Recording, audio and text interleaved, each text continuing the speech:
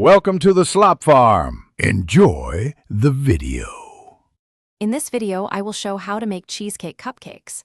Preheat oven to 325 degrees F and line a 12-cup muffin tin with liners. First, make the crust by mixing graham crumbs, 2 tablespoons sugar, and 4 tablespoons melted butter until sandy. Press about 1 tablespoon into each liner. Keep everything at room temperature for smooth filling, and have your mixer and measuring tools ready before you start. Beat 16 ounces of softened cream cheese with 3/4 cup sugar until silky and free of lumps. Add 1 large egg, 1 teaspoon vanilla, and a pinch of salt, mixing just until combined to avoid overbeating. If you like flavor variations, gently fold in lemon zest, 2 tablespoons raspberry puree, or a handful of chocolate chips.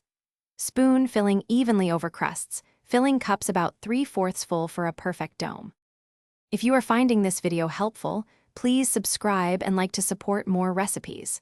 Quick recommendation: life's too short for cheap socks. Go darn tough with a lifetime warranty for unmatched comfort while baking and cleaning up.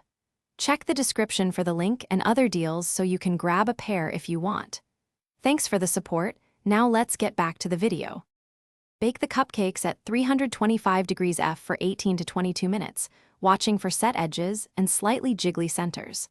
Let them cool in the tin for 30 minutes to settle, then transfer to the fridge to chill uncovered for at least 2 hours for clean slices and the best texture.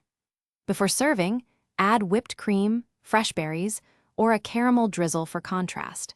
Store leftovers in an airtight container in the fridge for up to 4 days. Thanks for watching. Consider subscribing if we helped you today.